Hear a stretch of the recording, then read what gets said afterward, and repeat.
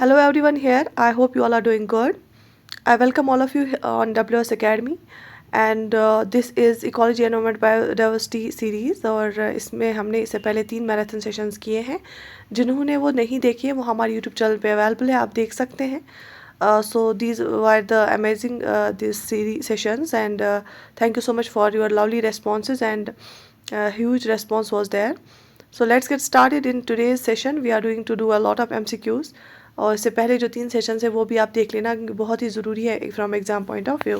So let's get started.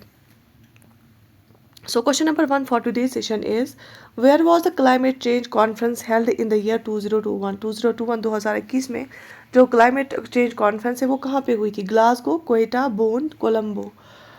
तो कहाँ पे हुई थी? क्या आपको कोई अंदाज़ा है? And yes the right answer is Glasgow में हुई थी. Green house effect is the process. Green house effect किस प्रोसेस को हम बोलते हैं? तो obtain suitable temperature for plantation, of heating the atmosphere by absorption of infrared radiations by atmosphere carbon dioxide, by which barren mountains change into green, in which deep water seems green. जो green house effect होता है ना, green house effect का मतलब ही होता है कि जब कार्बन डाइऑक्साइड की जो है जैसे ग्रीन हाउस गैसेस की कॉन्सेंट्रेशन इंक्रीज़ होती है, उनमें से ग्रीन हाउस गैस में से एक कार्बन डाइऑक्साइड भी है. जब उनका परसेंटेज ज़्यादा इंक्रीज़ होता है तो वो क्या करती है, वो इंफ्रारेड रेडिएशन जो है जो अर्थ से बाहर जाती है उनको कैप्चर करती है, उनको बाहर नहीं जाने देती है, उनको ट्रैप करती है और उससे अर्थ हीट अप हो जाती है. ठीक है, तो इसीलिए option B of heating the atmosphere by absorbing infrared radiations of atmospheric carbon dioxide is the right answer. ठीक है. ग्रीन हाउस इफेक्ट होता है जब कुछ गैसेस होती है हमारी एटमॉस्फेयर में, जब उनकी कॉन्सेंट्रेशन इंक्रीज होती है ना तो वो ट्रैप करते हैं हीट रेडिएशंस को, इंफ्रारेड रेडिएशंस को अर्थ की, वो उनको वापस नहीं जाने देती है, यहाँ पे अर्थ के नज़दीक ही रखती है. उससे क्या हो जाता है, टेम्परेचर इंक्रीज हो जाता है, उससे ग्लोबल वार्मिंग हो जाती है. Climate change is caused by. Climate change किससे होता है? ग्रीन हाउस गैसेस से, डिप्लीशन ऑफ ओजोन लेयर से, पोल्यूशन से, ऑल ऑफ द अबव से. सो climate change is caused by and yes the right answer is option D. Climate change is caused by all of the above. Which of the following United Nations climate change conference was held in Paris. Paris में कौन सी UN FCC जो है उनकी जो कौन सी कितने number की जो कॉन्फ्रेंस पेरिस में हुई? United Nations climate change conference जो होती है पेरिस में कौन सी वाली हुई? 25th, 23rd, 22nd, 21st. ठीक है, तो बताइए. इसका जो सही आंसर है वो है 21st. The concept of green house gases was postulated by. Concept of green house gas किसने बोला? CC Park, JNN Jeffers, Joseph Fourier, L Zobler. So the right answer here is शाबाश जोसेफ फोरियर. बेसिकली जो भी session marathon session इससे पहले हमने 1, 2, 3 marathon sessions किए वो एक पर्टिकुलर टॉपिक के बेसिस पे थी और उस टॉपिक के रिलेटेड 100 क्वेश्चन हमने किए. आप बताइए अगर आप एक टॉपिक के ऊपर 100 क्वेश्चन करेंगे तो क्या आपको लगता है कि उसमें कोई खामी रहेगी? तो इसीलिए वो सेशंस बहुत ज़्यादा इंपॉर्टेंट है. So what is green house effect? जैसे आज का ग्रीन हाउस इफेक्ट वाला और ग्लोबल वार्मिंग वाला है, आप देख लीजिए, आप हर एक एंगल पढ़ेंगे इसमें. सो ग्रीन हाउस इफेक्ट हम इस किसको बोलते हैं? Increase in temperature of earth due to concentration of gases in atmosphere, acid rain, black rain, none of the above. Green house effect हम किसको बोलते हैं? Obviously option A is the right answer. जो टेम्परेचर होता है increase अर्थ का, किससे? क्योंकि कुछ गैसेज हमारे एटमॉस्फेयर में उनकी कॉन्सेंट्रेशन जब इंक्रीज होती है हमारी टेम्परेचर जो अर्थ है उसकी टेम्परेचर इंक्रीज हो जाता है. ठीक है, okay. Kyoto protocol is related to. Kyoto protocol जो है किस चीज़ के रिलेटेड है? क्या एयर पोल्यूशन के रिलेटेड है, ग्रीन हाउस गैस के रिलेटेड, क्लाइमेट चेंज के रिलेटेड, वाटर पोल्यूशन के रिलेटेड है? So Kyoto protocol is related to climate change. Kyoto protocol climate change के रिलेटेड है. क्योटो एक सिटी है जापान की, वहाँ पे प्रोटोकॉल साइन की गई इसलिए इसका नाम पड़ा Kyoto protocol. Intended nationally determined contribution, INDC जिनको हम बोलते हैं, sometimes seen in news refers to. So intended nationally determined contribution क्या होता है? Promise made by European countries for rehabilitation of refugees from Middle East, World Action Plan to deal with climate change, equity shareholding of member countries in AIIB, world action plan for sustainable development goals. तो क्या लगता है आपको क्या है? Usually news में रहता है. इंटेंडेड नेशनली डिटरमाइंड कंट्रीब्यूशन क्या है? So option B world action plan to deal with climate change. Which one of the following gases is not a green house gas, इनमें से कौन सा गैस ग्रीन हाउस गैस नहीं है? Carbon dioxide, CO2 क्या होता है? Carbon dioxide. CH4 क्या होता है? NO2। CH4 क्या होता है? मीथेन होता है, ठीक है। सो ये कार्बन डाइऑक्साइड है, ये मीथेन है, and this is nitrogen dioxide, ठीक है। तो ये क्या है? O2 क्या है? ये ऑक्सीजन है। बताइए इनमें से ग्रीन हाउस गैस कौन सा नहीं है? ऑक्सीजन ग्रीन हाउस गैस नहीं है। ऑक्सीजन यूज़ किया जाता है रेस्पिरेशन के टाइम, इनहेल हम करते हैं ऑक्सीजन को और एक्सेल करते हैं कार्बन डाइऑक्साइड को। इसी कार्बन डाइऑक्साइड को प्लांट्स यूज़ करते हैं फोटोसिंथेसिस में और वहाँ पर रिलीज करते हैं वो ऑक्सीजन। इसीलिए प्लांट्स बहुत ज़्यादा ज़रूरी है। तो ग्रीन हाउस गैसेज में क्या क्या आता है? उसमें कार्बन डाइऑक्साइड आता है, उसमें मीथेन आता है, उसमें नाइट्रोजन डाइऑक्साइड आता है, नाइट्रस ऑक्साइड्स और सल्फर डाइऑक्साइड्स, नाइट्रस ऑक्साइड्स उसमें आते हैं, ठीक है। सो ये 3 ऑप्शन इसमें आते हैं। सो ऑक्सीजन जो है वो ग्रीन हाउस गैस नहीं है। Green house effect is enhanced in the environment due to, green house effect क्यों इंक्रीज होता है एनवायरमेंट, किस चीज़ से इंक्रीज होता है? Carbon monoxide, oxygen, carbon dioxide, none of the above. तो ग्रीन हाउस इफेक्ट कैसे इंक्रीज होता है? ऑब्वियसली कार्बन डाइऑक्साइड की वजह से, जब प्रेजेंस इसकी ज़्यादा होगी तब। Which set of the following gases is most important for green house effect, green house effect के लिए कौन सी सेट ऑफ गैसेज इंपॉर्टेंट है? कार्बन डाइऑक्साइड बिल्कुल, मीथेन बिल्कुल, chlorine, nitric oxide, methane, ethane, chlorofluorocarbons. Carbon dioxide, methane, nitrous oxide, water vapour. Carbon monoxide, sulphur dioxide, methane, water vapour. Basically अगर आप देखेंगे कार्बन डाइऑक्साइड का तो हमें पता है, मीथेन का भी पता है, नाइट्रस ऑक्साइड्स का भी पता है और वाटर वेपर जो है ऑप्शन C। तो ये है green house gases, carbon dioxide, methane, nitrous oxide और वाटर वेपर। वाटर वेपर भी अगर ज़्यादा इंक्रीज हो जाएगा ना तो वो भी ग्रीन हाउस गैस की तरह ग्रीन हाउस इफेक्ट को इंक्रीज करता है। विच ऑफ द फॉलोइंग, और जो अगर आपको कोई पूछेगा कि जैसे ये पता है हमें कार्बन डाइऑक्साइड का जो है परसेंटेज इंक्रीज कैसे होता है, क्योंकि हम फॉसल फ्यूल्स का इस्तेमाल करते हैं, लेकिन जो मीथेन है ना वो कहाँ से, वो उसका कैसे इम्प्रूव होता है? लाइव स्टॉक की वजह से भी मीथेन रिलीज होता है, पैडी फील्ड्स की वजह से भी मीथेन रिलीज होता है, बहुत सारे ऐसे प्रोसेसेस हैं। नाइट्रस ऑक्साइड जो है वो व्हीकुलर इमिशन से होता है। Which of the following group of gases contribute the green house effect, इनमें से आपको फिर से बताना है। Ammonia and ozone, NH3 and O3, ठीक है। अमोनिया एंड ओजोन क्या इनकी वजह से? Carbon monoxide and sulphur dioxide क्या इनकी वजह से? कार्बन टेट्राफ्लोराइड और नाइट्रस ऑक्साइड क्या इनकी वजह से? कार्बन डाइऑक्साइड और मीथेन। तो कौन सा ग्रुप ऑफ जो गैसेस है वो कंट्रीब्यूट करता है ग्रीन हाउस इफेक्ट को? Obviously option D, carbon dioxide और methane. Which one of the following is not responsible for global warming, इनमें से कौन सा गैस ग्लोबल वार्मिंग के लिए रेस्पॉन्सिबल नहीं है? Methane, water vapour, argon, carbon dioxide. हमने देखा कार्बन डाइऑक्साइड भी रेस्पॉन्सिबल है, मीथेन भी रेस्पॉन्सिबल है, वाटर वेपर भी रेस्पॉन्सिबल है। So option C, argon is the right answer here. Which one of the following naturally occurring greenhouse gases causes the highest percentage of greenhouse effect? इनमें से जो naturally occurring जो gases है उसमें वो सबसे ज़्यादा highest percentage of green house effect कौन क्रिएट करता है? Carbon dioxide, methane, ozone, water vapour. Carbon dioxide, methane, ozone, water vapour. So water vapour. Which of the following naturally occurring greenhouse gas causes the highest percentage of greenhouse effect? तो water vapour highest percentage of greenhouse effect create करता है। Which one of the following gases is both harmful and beneficial to life on earth? कौन सा इनमें gas जो है वो harmful भी और बेनिफिशियल भी है, किसके लिए? अर्थ पे, लाइफ के लिए। Oxygen, ozone, nitrogen, carbon dioxide. कौन सा हार्मफुल भी है और बेनिफिशियल भी है लाइफ के लिए? So carbon dioxide. देखो बेनिफिशियल इसलिए प्लांट्स इसको यूज़ करते हैं फोटोसिंथेसिस के टाइम, और अगर ये नहीं होगा कार्बन डाइऑक्साइड तो अर्थ ठंडी पड़ जाएगी, ठीक है। तो इसका होना बहुत ज़रूरी है, लेकिन फिर बहुत ज़्यादा इसकी परसेंटेज इंक्रीज़ नहीं होनी चाहिए एब्रप्टली, वो खतरा है। क्योंकि अर्थ वार्म अप हो जाती है, जब अर्थ वार्म अप हो जाती है आइस कैप्स हमारे जो होते हैं वो मेल्ट हो जाते हैं।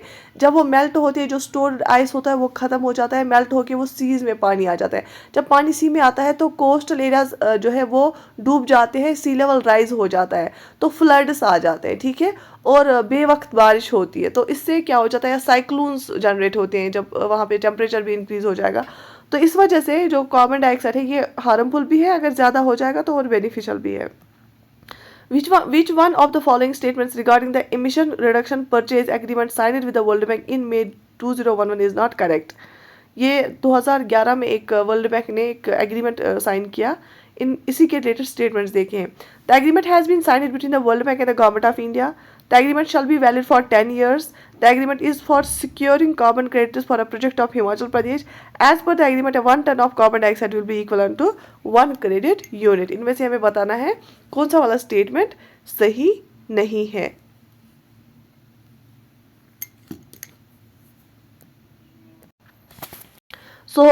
ये जो एग्रीमेंट है वर्ल्ड बैंक ने किया है 2011 में, ये एग्रीमेंट वैलिड फॉर 10 years है और इससे जो है for securing carbon credits and 1 ton of carbon dioxide will be equivalent to 1 credit unit. So option A here is the wrong statement. It is not signed between World Bank and Government of India. So which one of the following countries is the largest emitter of carbon? Largest emitter of carbon dioxide I think होगा ये। कौन सा इनमें से? USA, China, India और European Union. So the right answer here is China is the biggest emitter and ये जो data है 2021 तक चाइना ही था। 2015, 2016, 17, 18, 19, 2021 तक अभी का आप चेक भी कर सकते हैं। लेकिन यहाँ पे एक कार्बन नहीं है, कार्बन डाइऑक्साइड है, क्योंकि कार्बन डाइऑक्साइड का इस्तेमाल होता है जब हम फॉसिल फ्यूल्स का इस्तेमाल करते हैं, क्योंकि चाइना में भी इंडस्ट्रियलाइजेशन बहुत बढ़ रहा है, मैन्युफैक्चरिंग हब है वो, तो कार्बन डाइऑक्साइड इमिशन इसीलिए होता है क्योंकि फॉसिल फ्यूल्स का बहुत ज़्यादा इस्तेमाल होता है। और जो क्या बोलते हैं इसको, चाइना है बहुत ज़्यादा इमिट करता है कार्बन डाइऑक्साइड को, और यूएस सेकंड बिगेस्ट इमिटर था चाइना के बाद। और उसके बाद अगर हम देखेंगे इंडिया भी बहुत इमिट कर रहा है, क्योंकि जिस भी कंट्री को डेवलपमेंट चाहे उसको इंडस्ट्रियलाइजेशन तो चलानी है। तो क्योंकि कार्बन डाइऑक्साइड जो है वो प्राइमरी ग्रीन हाउस गैस है, जितनी भी ह्यूमन एक्टिविटीज़ है, चाहे बर्निंग ऑफ फॉसिल फ्यूल्स हो, सॉलिड वेस्ट हो, ट्रीज़ हो या बाकी बायोलॉजिकल मटीरियल से ये कार्बन डाइऑक्साइड निकलता है।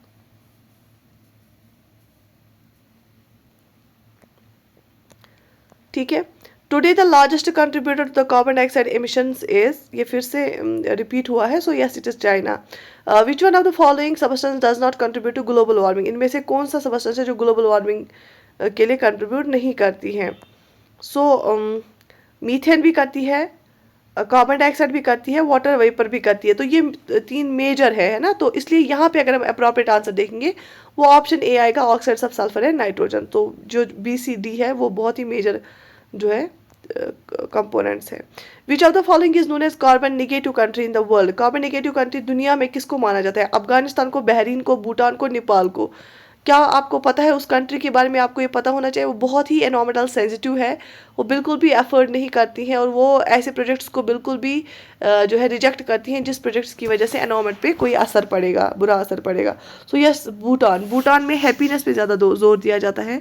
वो एनवायरमेंट कॉन्शियस लोग हैं, वो अपने एनवायरमेंट को बिल्कुल भी ख़राब नहीं करते हैं, वो एनवायरमेंट फ्रेंडली टेक्निक्स को अपनाते हैं भूटान वाले लोग। ठीक है, सो कार्बन नेगेटिव कंट्री है। Which one of the following gas is responsible for global warming?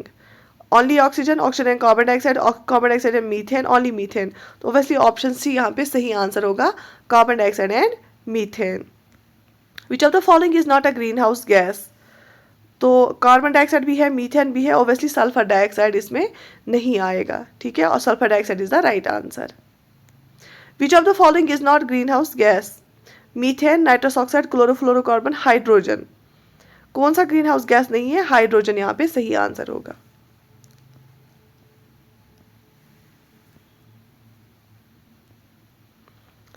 Which of the following is not a green house gas? Carbon dioxide, methane, nitrous oxide, nitrogen. तो क्या आएगा? Obviously nitrogen आएगा। ठीक है, तो basically ये इसी टॉपिक पे क्वेश्चन है, तो इसलिए आपको अगर आप कोई भी क्वेश्चन आपको आएगा ग्रीन हाउस इफेक्ट के रिलेटेड, आपको वो आ जाएगा। Which of the following is responsible for global warming? Global warming के लिए इनमें से क्या रेस्पॉन्सिबल है? Methane, carbon dioxide, water vapour, all of the above. Obviously all of the above, सारी चीज़ें जो है रेस्पॉन्सिबल है। Apprehension of global warming is aggravated by increase in concentration in the atmosphere of. तो ग्लोबल वार्मिंग कब aggravate होती है? जब क्या इंक्रीज होता है? Carbon dioxide, nitrous oxide, ozone, sulphur dioxide. तो ऑब्वियसली क्या जब इंक्रीज होता है? कार्बन डाइऑक्साइड जब इंक्रीज होता है। Global warming is caused due to the emission of nitrogen, carbon dioxide, carbon monoxide, hydrocarbon. Obviously carbon dioxide is the right answer.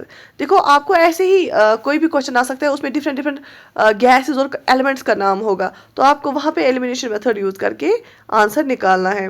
Which one of the following is the most fragile ecosystem that will be the first affected by the global warming? सबसे जो नाजुक ecosystem होता है, Arctic and Greenland ice sheet, Amazon rain forest, Tega, Indian monsoon.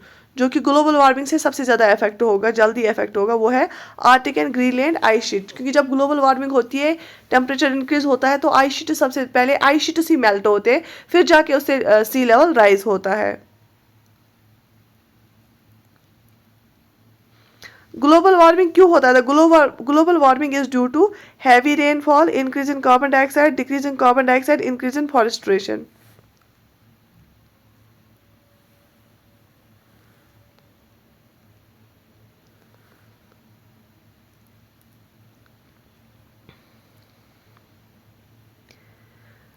Global warming क्यों होती है? Due to heavy rainfall की वजह से होती है, increasing carbon dioxide, decreasing carbon dioxide, increasing forestation. Obviously increasing carbon dioxide से हो जाता है.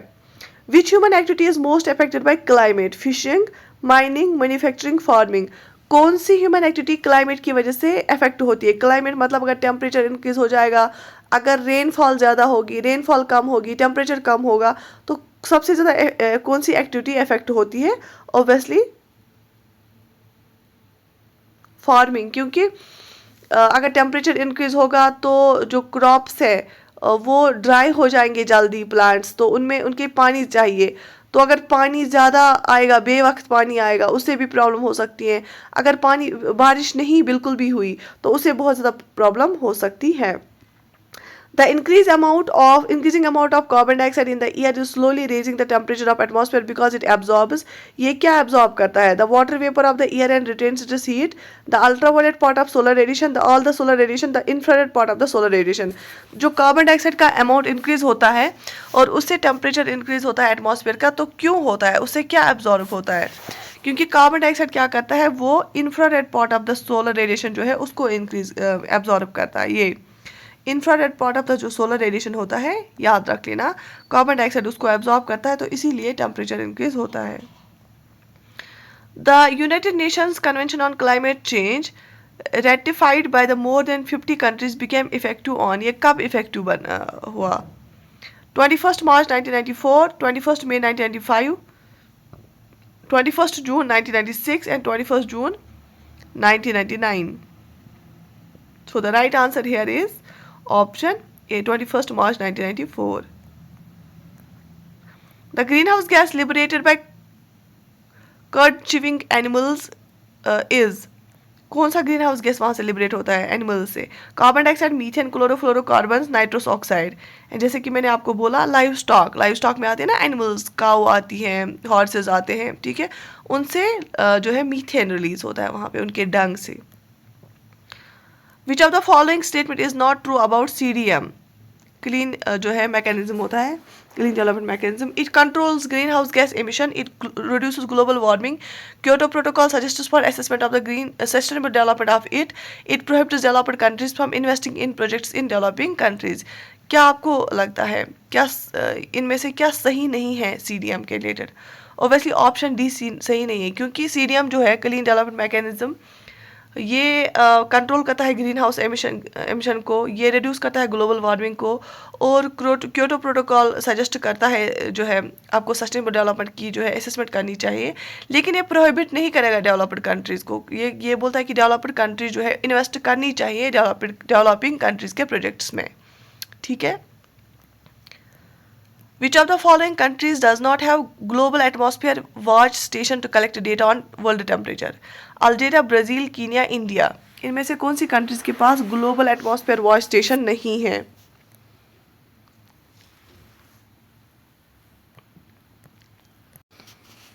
Right, okay.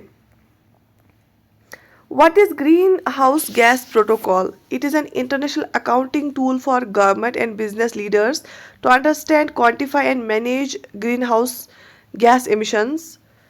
Yeah, it is an initiative of United Nations to offer financial incentives to developing countries to reduce greenhouse gas emissions and to adopt eco-friendly technologies. Yeah, it is an intergovernmental agreement ratified by all the members of the United Nations to reduce greenhouse gas emission to specified levels by year 2022. It is one of the multilateral REDD plus initiatives hosted by World Bank. तो आपको क्या लगता है international ये जो green house gas protocol है ये है क्या? So option A is the right answer. ये एक इंटरनेशनल अकाउंटिंग टूल है फॉर गवर्नमेंट। एक second. So yes, option A is the right answer. It's an international accounting tool for government and business leaders to understand, quantify and manage greenhouse gas emissions. ठीक? In the context of carbon dioxide emission and global warming, what is the name of a market-driven device under the UNFCCC that allows developing countries to get funds from the developed countries to adopt better technologies that reduce greenhouse gas emission? ठीक है? उस device का क्या नाम है जो help करती है, जो अलो करती है कि वो डेवलपिंग कंट्री जो है वो फंड्स रिसीव करे डेवलप्ड कंट्री से, सो दैट कि वो बेटर टेक्नोलॉजीज़ का यूज़ करे और उससे ग्रीन हाउस गैस एमिशन कम हो जाए। Carbon footprint, carbon credit rating, clean development mechanism, emission reduction norm, क्या बोला जाता है उसको? And yes, the right answer है CDM, जो हमने अभी पढ़ा, क्लीन डेवलपमेंट मैकेनिज्म हम बोलते हैं। इससे क्या होता है कि डेवलप्ड कंट्रीज इन्वेस्ट करती हैं डेवलपिंग कंट्रीज के प्रोजेक्ट्स में, सो दैट कि डेवलपिंग कंट्रीज अफोर्ड कर सके डिफरेंट टेक्नोलॉजीज को, जिससे ग्रीन हाउस गैस एमिशन कम हो जाए। Which of the following is not correctly matched? First World Climate Conference 1979, First Earth Summit Agenda 21, Earth Summit plus 5 1997, carbon trading Montreal protocol. इनमें से क्या correctly match नहीं करके हैं?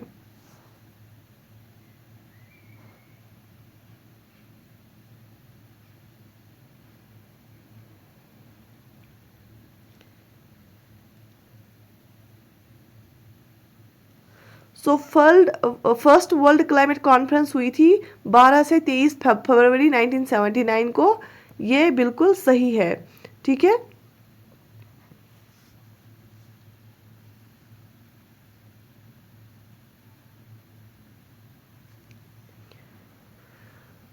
फर्स्ट अर्थ समिट एजेंडा भी सही है। तो इसमें जो गलत है वो है कार्बन ट्रेडिंग और मॉन्ट्रियल प्रोटोकॉल का। मॉन्ट्रियल प्रोटोकॉल जो है वो अलग ही, वो 1997 में हुई थी। Which of the following is not true for India to combat the adverse impact of climate change? Establishment of clean development mechanism, not attending the 19th session of BASIC at Sun City, South Africa held recently, investment of 100 crores in initial corpus under National Adaptation Fund, all of the above are true. क्या लगता है आपको? ये सही नहीं है कि India ने अटेंड नहीं किया साउथ अफ्रीका वाला जो कॉन्फ्रेंस थी रिसेंटली, वो सही नहीं है इसमें। ठीक है, इन्होंने अटेंड किया। The concept of carbon credit originated from which one of the following? Kyoto protocol, earth summit, Montreal protocol, G8 summit. Carbon trading का कॉन्सेप्ट कहाँ पे स्टार्ट हुआ? क्योटो प्रोटोकॉल से। Regarding carbon credits, which one of the following statement is not correct? Carbon credit system was ratified in conjunction with the Kyoto Protocol. Carbon credits are awarded to countries or groups that have reduced greenhouse gas below their emission quota. The goal of carbon credit system is to limit the increase of carbon dioxide emission. Carbon credits are traded at a price fixed from time to time by United Nations Environmental Program. इनमें से हमें बोलना है क्या सही नहीं है। ठीक है, सो बिल्कुल इसको जो है carbon credit it is associated with the Kyoto protocol. ठीक है, और ये उनको दिए जाते हैं उन कंट्रीज़ को जो रिड्यूस करती हैं ग्रीन हाउस गैसेस, और इससे लिमिट किया जाता है कार्बन डाइऑक्साइड एमिशन को। ठीक है,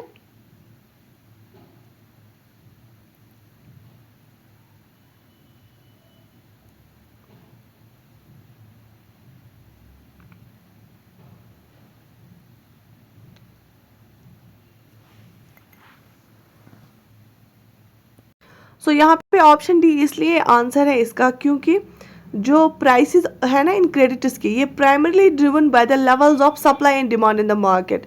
तो जो भी डिफरेंसेस होंगे सप्लाई एंड डिमांड में, उसी हिसाब से प्राइसेस भी होंगे और इसी हिसाब से प्राइसेस भी फ्लक्चुएट हो जाएंगे। ठीक है।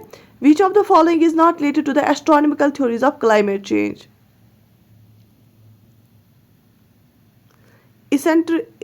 eccentricity of Earth's orbit, obliquity of Earth's rotational axis, precession of equinoxes, solar irradiance.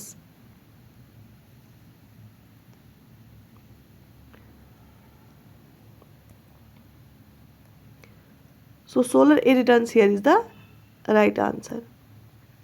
Biocarbon Fund Initiative for Sustainable Forest Landscapes is managed by the, कौन मैनेज करता है bio carbon fund initiative?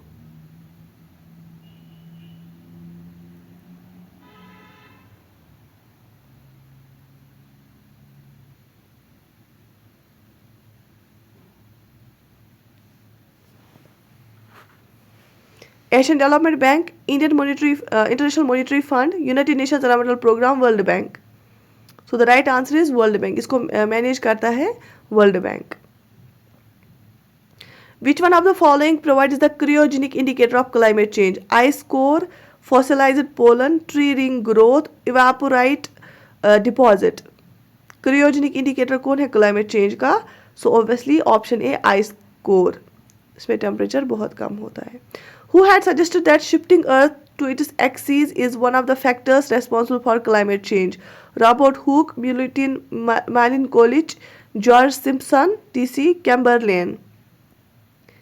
And yes, the right answer is option B, Milutin Milan. Which of the following is not listed under 8 action of climate action plan of government of India? Solar energy, atomic energy, waste to energy conversion, afforestation. इनमें से जो 8 action plan है ना, 8 action plans under climate action plan of government of India, उनमें से इनमें से कौन सा नहीं है? सो एटॉमिक एनर्जी उसमें नहीं आता है, एफॉरेस्टेशन आता है, वेस्ट एनर्जी कन्वर्टर आता है, सोलर एनर्जी आता है. India's first national action plan और climate change was released in 2008, 2012, 2014, 2015.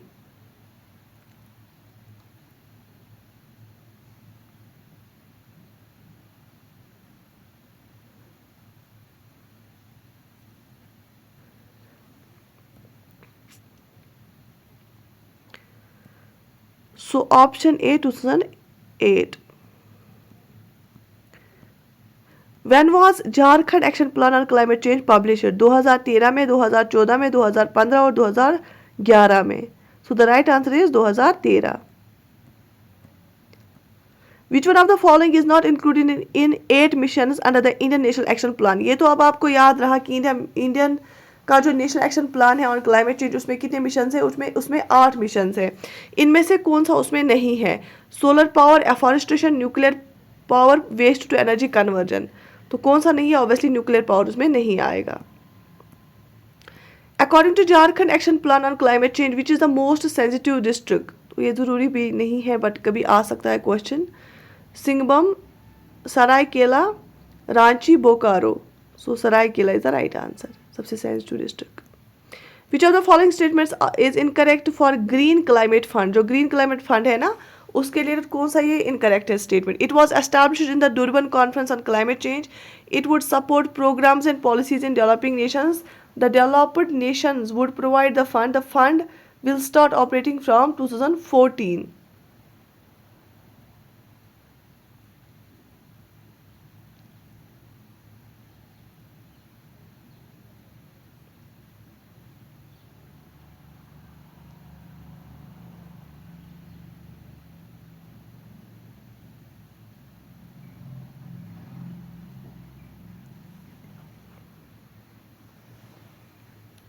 ठीक है.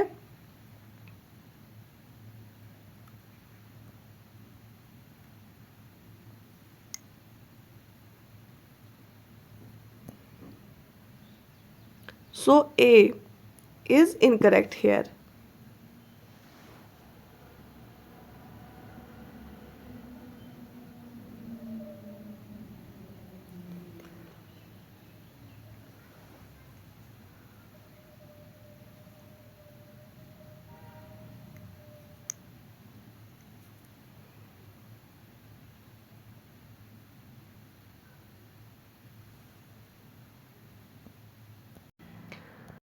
So it is based in south Korea basically, तभी ऑप्शन ए गलत है यहाँ पे। Scientists of Manchester University recently suggested controlling global warming by cloud brightening over Pacific Ocean through geoengineering. Which of the following substances used for this? तो scientist जो थे Manchester university के, उन्होंने बोला कि ग्लोबल वार्मिंग को हम कंट्रोल कर सकते हैं अगर हम क्लाउड को ब्राइटन करें ओवर पेसिफिक ओशन जियो इंजीनियरिंग की टेक्निक्स की हेल्प से। तो उसमें कौन से सबस्टेंसेज यूज़ किए जाते हैं? Silver salt, iron powder, sea water, gypsum.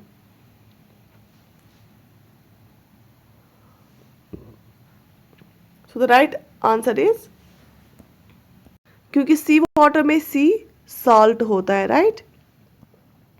Which of the following represents the average increase in earth's temperature during the last century? 0.6 degree centigrade, 0.7 degree centigrade, 0.8 degree centigrade, 0.9 degree centigrade. And yes the right answer is 0.8 degree centigrade. Which one of the following countries is the first country in the world to propose a carbon tax for just people to address the global warming? ठीक है, किस country ने अपने लोगों पे carbon tax लगाया? Australia, Germany, Japan, New Zealand. And the right answer is New Zealand. Kyoto Protocol came into force in the year 2005. Kyoto Protocol primarily deals with reducing overall greenhouse gas emissions. Carbon dioxide is 5 times more effective as a greenhouse gas than methane. तो क्या carbon dioxide 5 times effective है methane से? तो इनमें से आपको बोला है कौन कौन सा करेक्ट है? 1 and 2, 2 and 3, 1 only, 3 only। And yes the right answer is 1 and 2, क्योंकि क्योटो प्रोटोकॉल जो है वो जापान का एक शहर है क्योटो, तो 2005 में आया था और उसका प्राइमरी रोल जो है ना इसका यही था कि ग्रीन हाउस गैस जो एमिशन है वो उसको कम किया जाए, लेकिन ज़्यादा इफेक्टिव मीथेन है कार्बन डाइऑक्साइड से। सो इसलिए 1 and 2 is the right answer. The UNFCCC is an international treaty drawn at. UNFCCC जो एक इंटरनेशनल ट्रीटी है, United Nations framework convention on climate change, ये एक इंटरनेशनल ट्रीटी है जो कि कहाँ पे ड्रॉ की गई? United Nations conference on the human environment Stockholm 1972, United Nations conference on environment and development Rio the Janeiro 1992 जो ब्राज़ील में हुआ था, world summit on sustainable development Johannesburg 2002 में, UN climate change conference Copenhagen 2009 में। तो क्या रहेगा इसका आंसर? UNFCCC को कहाँ पे ड्रॉ किया गया था? सो ऑप्शन बी, रियो दी जेनेरो 1992 में जो UN कॉन्फ्रेंस हुई थी एनवायरनमेंट एंड डेवलपमेंट पे। Consider the following statements. Clean development mechanism is respect of carbon credits in one of the Kyoto Protocol mechanisms. Under the CDM, the projects handled pertain only to the Annexure 1 countries. Only 1, only 2, both 1 and 2, and neither 1 nor 2. So only 1 is the right answer, क्योंकि clean development mechanism जो है उसमें carbon credits मिलते हैं as per the Kyoto Protocol mechanism, लेकिन इसमें सिर्फ देखो यहाँ पे लिखे ना ओनली एनेक्चर 1, जहाँ पे ओनली स्टेटमेंट में होता है ना वो ज़्यादातर गलत होता है। With reference to agreement to the UNFCCC meeting in Paris in 2015, which of the following statements are correct? The agreement was signed by all the member countries of the UN and it will go into effect in 2017. The agreement aims to limit greenhouse gas emissions so that the rise in average global temperature by the end of this century does not exceed 2 degree or 1.5 degree above pre-industrial levels. Developed countries acknowledge their historical responsibility for global warming and committed to donate $1,000 billion a year for 2020 to help developing countries cope with the climate change. Select the correct answer. जो agreement हुआ UNFCCC meeting में 2015 में, Paris agreement जो बहुत ही मशहूर है, उसके regarding कौन सा जो है स्टेटमेंट सही है? 1 and 3, only 2, 2 and 3, and 1, 2 and 3. So the right answer is obviously option 2, क्योंकि जो हमारी प्री इंडस्ट्रियल लेवल थे, इंडस्ट्रीज आने से पहले जो हमारी कार्बन डाइऑक्साइड की लेवल थी ना, तो उससे अगर अब हो भी जाएगा 1.5 तक होना चाहिए, उससे ज़्यादा नहीं। तो बोला गया था कि उस टाइम पे इस कॉन्फ्रेंस में कि हम उससे ज़्यादा प्री इंडस्ट्रियल लेवल जो है 1.5 डिग्री सेंटीग्रेड या 2 डिग्री सेंटीग्रेड उससे ज़्यादा नहीं होने देना है rise in global temperature. Climate and Clean Air Coalition to reduce short-lived climate pollutants is a unique initiative of G20 group of countries. The climate and clean air coalition focus on methane, black carbon and hydrofluorocarbons. इनमें से कौन सा statement सही है? One only, second only, both one and two, and neither one nor two. And yes, the right answer is only two. ये focus करता है methane, black carbon पे और हाइड्रोफ्लोरोकार्बन्स पे। मैं आपको यहाँ पे इसलिए अब इन डिटेल नहीं बता रही हूँ क्योंकि ऑलरेडी तो हमने ये पढ़ाया है। दूसरा, अगर आपका कोई टॉपिक नहीं आता, जैसे क्योटो प्रोटोकॉल के आपके क्वेश्चंस गलत होते हैं, तो बेसिक क्वेश्चंस गलत होते हैं, तो आपको क्योटो प्रोटोकॉल फिर से पढ़ना चाहिए, main points. In the context of mitigating the impending global warming due to anthropogenic emissions of carbon dioxide, which of the following can be the potential sites for carbon sequestration?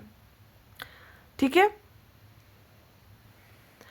Obviously इंसानों की हरकत की वजह से ही carbon dioxide level increase होती है और global warming हो जाती है। तो कौन सी साइट सबसे बेहतरीन है जिससे कार्बन हम सिक्यूटाइज करें, कि कार्बन डाइऑक्साइड को एटमॉस्फेयर से लेके उसमें डंप करें? क्या abundant and uneconomical coal seams, depleted oil and gas reserves, subterranean deep saline formations, कहाँ पे आपको लगता है potential site है? Only 1 and 2, only 3, 1 and 3, 1, 2 and 3. And yes, the right answer is 1, 2 and 3. तीनों जगह है, सही है। The scientific view is that the increase in global temperature should not exceed 2 degrees centigrade above the pre-industrial level. If the global temperature increases beyond 3 degrees centigrade above the pre-industrial level, what can be possible impact on the world? तो हमारा ये, जैसे मैंने बोला आपको कि बहुत सारी कॉन्फ्रेंसेस में भी, जैसे पेरिस कॉन्फ्रेंस हुई थी, कब हुई थी? 2015 में।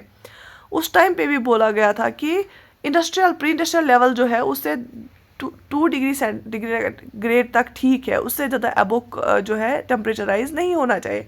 अब अगर होता है, अब अगर 3 डिग्री सेंटीग्रेड होता है, उससे क्या इम्पैक्ट पड़ेगा दुनिया पे? Terrestrial biosphere trends towards a net carbon source, widespread coral morality will occur, all the global wetlands will permanently disappear, cultivation of cereals will not be possible anywhere in the world। क्या लगता है आपको? Only 1, 1 and 2, 2 and 3, 2, 3 and 4 and 1, 2, 3 and 4, क्या हो जाएगा उससे? Obviously उससे क्या हो जाएगा, जैसे अब अगर जितना टेम्परेचर इंक्रीज हो जाएगा ना, उतना ज़्यादा कोरल ब्लीचिंग हो जाती है, उतना जो है कोरल मोर्टेलिटी वो इंक्रीज हो जाएगी। ठीक है, और जितना भी बायोस्फीयर है ना, वो नेट कार्बन सोर्स बनेगा। ठीक है, तो सिंक तो कुछ बनेगा ही नहीं। सिंक जब कैसे बनेगा? जब इतना ज़्यादा ओब्वियसली ओवरऑल टेम्परेचर होगा, उससे बहुत ज़्यादा बुरा असर पड़ेगा। ठीक, हाँ, वेटलैंड्स पे भी बहुत बुरा असर पड़ेगा, लेकिन ये नहीं कि वो गायब भी हो जाएंगे या सीरियल्स को हम ग्रो ही नहीं कर पाएंगे, ऐसा भी नहीं है।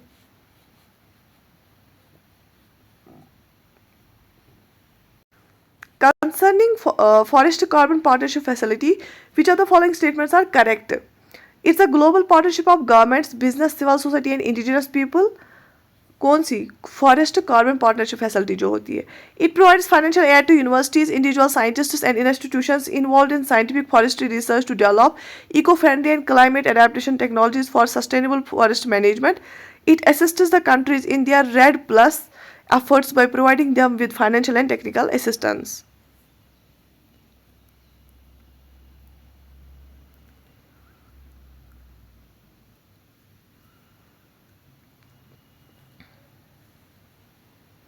Only 1, only 2 and 3, only 1 and 3, 1, 2 and 3, क्या इनमें से सही है?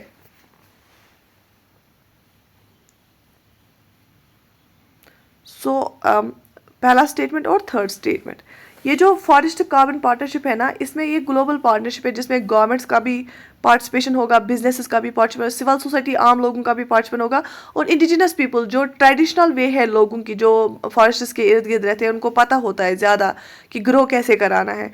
और तीसरा, it assists countries in their red plus. Red क्या है? रेड प्लस क्या है? Reduction emission from deforestation and forest degradation. इस इनिशिएटिव का यही मकसद है कि डिफॉरेस्टेशन ना हो, क्योंकि अगर डिफॉरेस्टेशन होता है ना, उसे फिर डेजर्ट्स बनने के ज़्यादा चांसेस होते हैं, फॉरेस्ट डिग्रेडेशन होने के चांस होते हैं। तो वो efforts by providing them with financial and technical assistance. ठीक है, तो ये 1 and 3 statement is the right answer. ये फाइनेंशियल एड नहीं देगा यूनिवर्सिटीज़ या इंडिविजुअल साइंटिस्ट को, उससे क्या हो जाएगा, हाँ अलबत्ता ये फंडिंग करेगा जो इंडिजिनस लोग हैं और लोग हैं, सिविल सोसाइटी है, बिजनेसेस है, वो एक साथ आके और फिर इस पे ध्यान दे फॉरेस्ट कार्बन पार्टनरशिप फैसिलिटी पे। What would happen if phytoplankton of an ocean is completely destroyed for some reason? जो मैंने आपको बोला, जो ओशन की मैरीन फूड चेन होती है ना, उसमें स्टार्ट होता है फाइटोप्लैंक्टन से ही, वो खुद का खाना खुद ही बनाते हैं, ठीक है। अगर फाइटोप्लैंक्टन्स किसी रीज़न की वजह से बिल्कुल ही डिसअपेयर हो, गायब ही हो जाएंगे, उससे क्या होगा, the ocean as a carbon sink will be adversely affected, the found chains in the ocean, food chains in the ocean would be adversely affected, the density of ocean water will drastically decrease। तो obviously क्या रहेगा इसका 1 और 2। Ocean जो as a carbon sink act करता है, क्योंकि ocean जो है ना बहुत सारा कार्बन डाइऑक्साइड अपने में अंदर लेता है, वो इफेक्ट हो जाएगा। जब फाइटोप्लैंक्टन्स ही नहीं रहेंगे तो वो कार्बन डाइऑक्साइड यूज़ भी क्या करे, ठीक है। जो फूड चेन्स होती है ना ओशन की, वो भी खराब हो जाएगी, ख़त्म हो जाएगी। क्यों? क्योंकि ओशन की फूड चेन जो है ना वो स्टार्ट ही होती है किससे, फाइटोप्लैंक्टन से, ठीक है। तो ये दो चीज़ें हो जाएंगी 1 और 2। Human activities in the recent past have caused the increased concentration of carbon dioxide in the atmosphere, but a lot of it does not remain in the lower atmosphere because of its escape into the outer stratosphere, the photosynthesis by phytoplankton in the oceans, the trapping of air in the polar ice caps। ठीक है, सो इसका answer क्या रहेगा, जो phytoplanktons है ना oceans में, वो फोटोसिंथेसिस में कार्बन डाइऑक्साइड का इस्तेमाल करते हैं। इसीलिए जब फाइटोप्लैंक्टन्स ओशन में ज़्यादा होते हैं, ओशन एक्ट करता है एज कार्बन डाइऑक्साइड सिंक, तो इसकी वजह से क्या हुआ, ज़्यादा भी उसका असर नहीं हुआ। जितना भी कार्बन डाइऑक्साइड इंक्रीज हुआ, हमारे ओशन जो है ना वो कार्बन सिंक एक्ट किए उन्होंने, और उन्होंने हमें बचाया, ठीक है। With reference to Global Climate Change Alliance, which of the following statements are correct? It's an initiative of European Union. It provides technical and financial support to targeted developing countries to integrate climate change into their development policies and budgets. It is coordinated by the World Research Institute and World Business Council for Sustainable Development. इनमें से कौन कौन से statements सही है regarding Global Climate Change Alliance? ठीक है। So yes, it's ये इनिशिएटिव है यूरोपियन यूनियन का, और ये प्रोवाइड करता है टेक्निकल और financial support to targeted developing countries, ठीक है। तो स्टेटमेंट 1 और 2 is right. Which are the following are the primary cause of climate change? Primary cause of climate change क्या है? Excessive burning of fossil fuels, exploding numbers of automobiles driven by oil, increasing solar flares, heavy deforestation. क्या लगता है आपको? 1, 2 और 4। Excessive burning of fossil fuel से क्या हो जाएगा, कार्बन डाइऑक्साइड लेवल बहुत ही ज़्यादा इंक्रीज हो जाएगा, ऑब्वियसली वो भी एक काज है, प्राइमरी काज है। Exploding number of automobiles driven by oil, obviously उससे क्या हो जाएगा, नाइट्रस ऑक्साइड निकालते हैं ऑटोमोबाइल से, वो भी हो जाएगा। इंक्रीजिंग सोलर फ्लेयर्स, उससे कुछ नहीं होगा इसका, वो प्राइमरी काज नहीं है। हैवी डिफॉरेस्टेशन अगर हो जाएगी, फॉरेस्ट्स भी कार्बन सिंक माने जाते हैं, अगर उनको काटा जाएगा ऑब्वियसली उससे वो भी प्राइमरी काज बन सकता है क्लाइमेट चेंज का। सो 1, 3 और 4 इज द राइट आंसर। 1, 2 और 4 इज द राइट आंसर, ठीक है। Consider the following agriculture practices, contour bunding, relay cropping, zero tillage. अगर हम ग्लोबल क्लाइमेट चेंज की कंटेक्स्ट में देखेंगे, इनमें से कौन सा हमें कार्बन सिक्योरिटाइजेशन के लिए हेल्प करेगा? 1 और 2, ओनली 3, 1, 2 और 3, नन ऑफ द अबव। सो ये तीनों हमें हेल्प करेंगे कार्बन सिक्योरिटाइजेशन के लिए।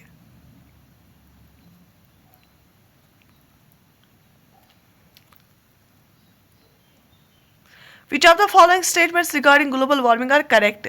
Melting of polar ice caps and subsequent rise in the sea level is the most important effect of global warming. The sea level is likely to rise by 1 meter by 2070 if the present level of global warming is not controlled. All the coral islands in the world will be submerged. By 2044, Fiji is likely to be submerged and the rise in the sea level by the same year will pose a grave danger to Netherlands. क्योंकि Japan भी क्या है, Japan के भी इर्द गिर्द, Fiji क्या इर्द गिर्द क्या है, पानी ही पानी है ना। ऑब्वियसली, और ग्लोबल वार्मिंग जब हो जाएगी तो पोलर कैप्स क्या हो जाएंगे, मेल्ट हो जाएंगे। So obviously melting of polar ice cap और subsequent rise in sea level, ये सबसे ज़्यादा खतरा है ग्लोबल वार्मिंग का, ठीक। और ऑप्शन 2 जो है ये सही नहीं है। अलबत्ता हाँ, कोरल आइलैंड जो वर्ल्ड के होंगे ना वो सबमर्ज हो जाएंगे और फिजी को भी बहुत खतरा है। सो 1, 3, 4 is the right answer. Due to their extensive rice cultivation, some regions may be contributing to global warming. To what possible reason is this attributable? जो राइस कल्टिवेशन से कैसे कंट्रीब्यूट करेंगे? क्योंकि मैंने आपको बोला पैडी फील्ड्स, जो राइस कल्टिवेट जब हम करते हैं ना, उससे क्या इमिट होता है? मीथेन इमिट होता है। और मीथेन क्या है? ये ग्रीन हाउस गैस है। The anaerobic condition associated with rice cultivation cause the emission of methane when nitrogen based fertilizers are used, nitrous oxide is emitted from the cultivated soil. Obviously ये दोनों statement सही है। जब हम rice cultivation करते हैं, paddy fields से क्या होता है? इमिट मीथेन इमिट होता है। और जब हम फर्टिलाइजर ऐड करते हैं, फर्टिलाइजर जैसे अमोनिया NH3, उसमें क्या होता है? उसमें नाइट्रोजन होता है ना, तो उससे नाइट्रोजन ऑक्साइड इमिट होता है कल्टिवेटेड सॉइल से। Which of the following statements regarding Green Climate Fund are correct? It is intended to assist developing countries in adaptation and mitigation processes to counter climate change. It is founded under the aegis of UNEP, OECD, Asian Development Bank and World Bank. तो आपको बताना है कौन सा इसमें सही है। तो ग्रीन क्लाइमेट फंड जो है, इसका ऑप्शन ए सही है। It is intended to assist the developing countries, so that कि डेवलपिंग कंट्रीज को फंड मिले और ये जो है टेक्नोलॉजी लाए और मिटिगेशन प्रैक्टिसेस इस्तेमाल करें। ठीक है।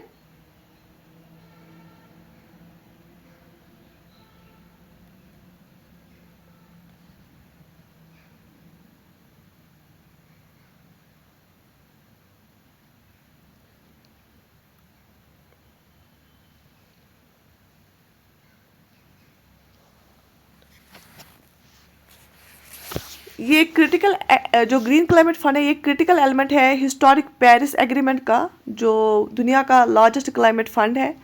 And it is mandated to support developing countries raise and realise their nationally determined contributions, जो उनकी जो एम्बिशन है towards low emissions climate and resilient pathways, है ना।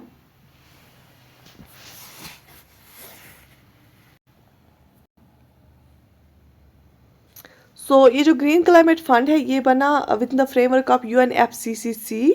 और इसमें अगर हम देखेंगे, it is based in the icon, हम इकॉन ही उसको प्रोनाउंस करते हैं, डिस्ट्रिक्ट ऑफ साउथ कोरिया। ठीक है। सो इसीलिए option 1 here is the right answer.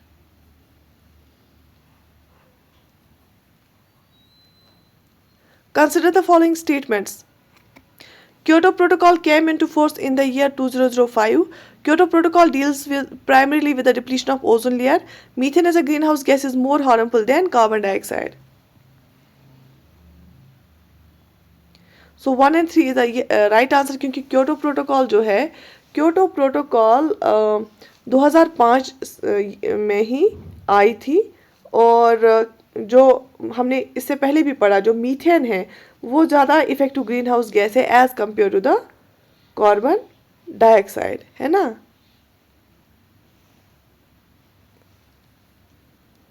और जो स्टेटमेंट सेकंड है, Kyoto protocol deals primarily with, ये हमने ऊपर भी बहुत जगह पढ़ा, emission of gases that contribute to global warming. ये ओजोन लेयर के रिलेटेड नहीं है, it primary deals with the emission of gases that contribute to global warming. So इसलिए 1 and 3 is the right answer.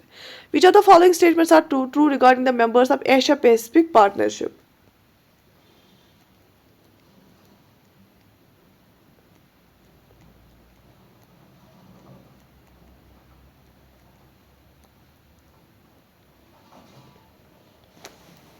Their population account to 45% of the world population. They consume the world's 48% of energy. They contribute nearly 48% of the world's greenhouse gases. They intend to support the Kyoto Protocol. इनमें से कौन से statements इसके लिए सही है?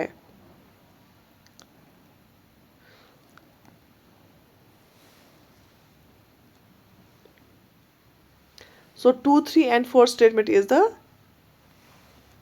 correct option here.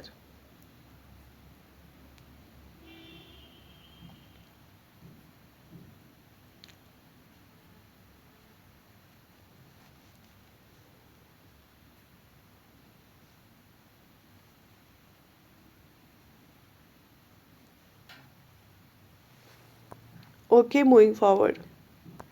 Which one of the following is not correctly measured? Carbon dioxide, thermal power stations, chlorofluorocarbon, automobile, nitrous oxide, waterlogged paddy fields, sulfur dioxide, brick cleaners. इनमें से कौन सा करेक्टली मैच करके नहीं है?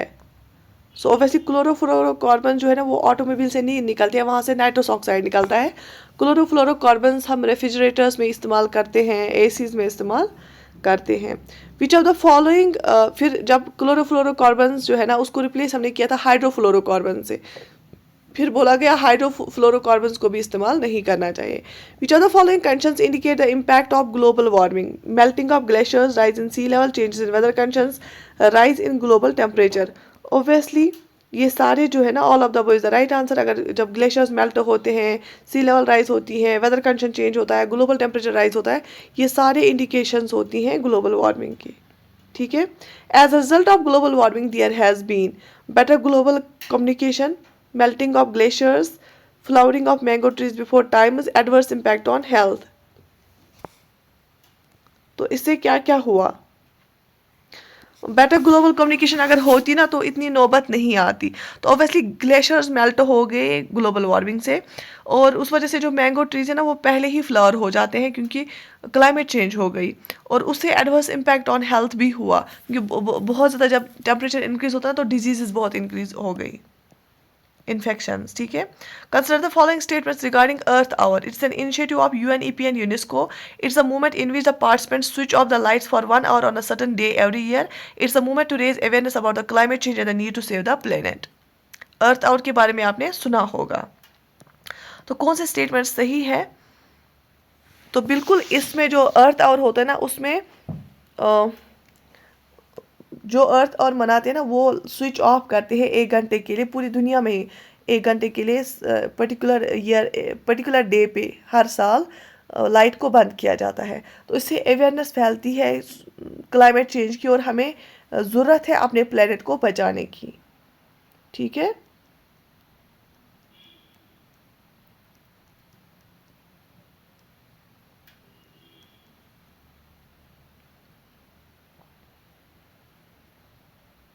लेकिन जो अर्थ आवर है ना ये world wild life fund for nature जो है ना उसका इनिशिएटिव है, जो कि 2007 से स्टार्ट हुआ। ठीक है। इसको ऑर्गेनाइज किया world wide fund, WWF world wide fund जो है ना उसने स्टार्ट किया। तो इसलिए 2 and 3 is the right answer. Rice fields, coal mining, domestic animals, wetlands. तो इनमें से ऊपर जो है ना सोर्सेज ऑफ मीथेन, इसमें से कौन कौन सा है? क्या राइस फील्ड्स है, कोल माइनिंग है, डोमेस्टिक एनिमल्स है, वेटलैंड्स है? क्या क्या लगता है आपको? ये सारे हैं, जैसे कि मैंने आपको बोला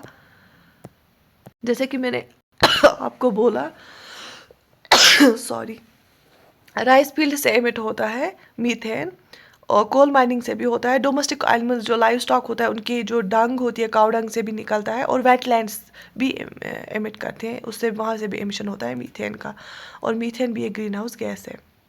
given below are the 2 statements, climate change is leading to increase in social tension in India. ठीक है। असर्शन है यही कि क्लाइमेट चेंज की वजह से सोशल टेंशन इंडिया में बढ़ता है। Reason, the frequency and intensity of extreme weather events will have serious repercussions on food security. क्योंकि जब एक्सट्रीम वेदर कंडीशन जैसे साइक्लोन्स होते हैं, फ्लड्स होते हैं, ड्रॉट्स होते हैं, उनकी जब फ्रीक्वेंसी और इंटेंसिटी इंक्रीज बढ़ेगी, वो बार बार फ्लड्स आएंगे, बार बार साइक्लोन्स होंगे, उससे क्या हो जाएगा? जो फूड सिक्योरिटी है उस पर असर पड़ेगा क्योंकि क्रॉप्स ख़त्म हो जाएंगे। और अगर फूड सिक्योरिटी पे असर पड़ा उससे सोशल टेंशन्स हो जाएंगे क्योंकि लोग चोरी करेंगे, डाका डालेंगे, है ना। तो इसका क्या सही रहेगा? बिल्कुल A is right, both A and R are true, and R जो है ना वो करेक्ट रीज़न है ए का। ठीक है। So this is end of PDF। और मैंने बेसिकली ये पढ़ाया भी है आप लोगों को बहुत बार यूट्यूब पे भी, और ये इजी टॉपिक ही था एक।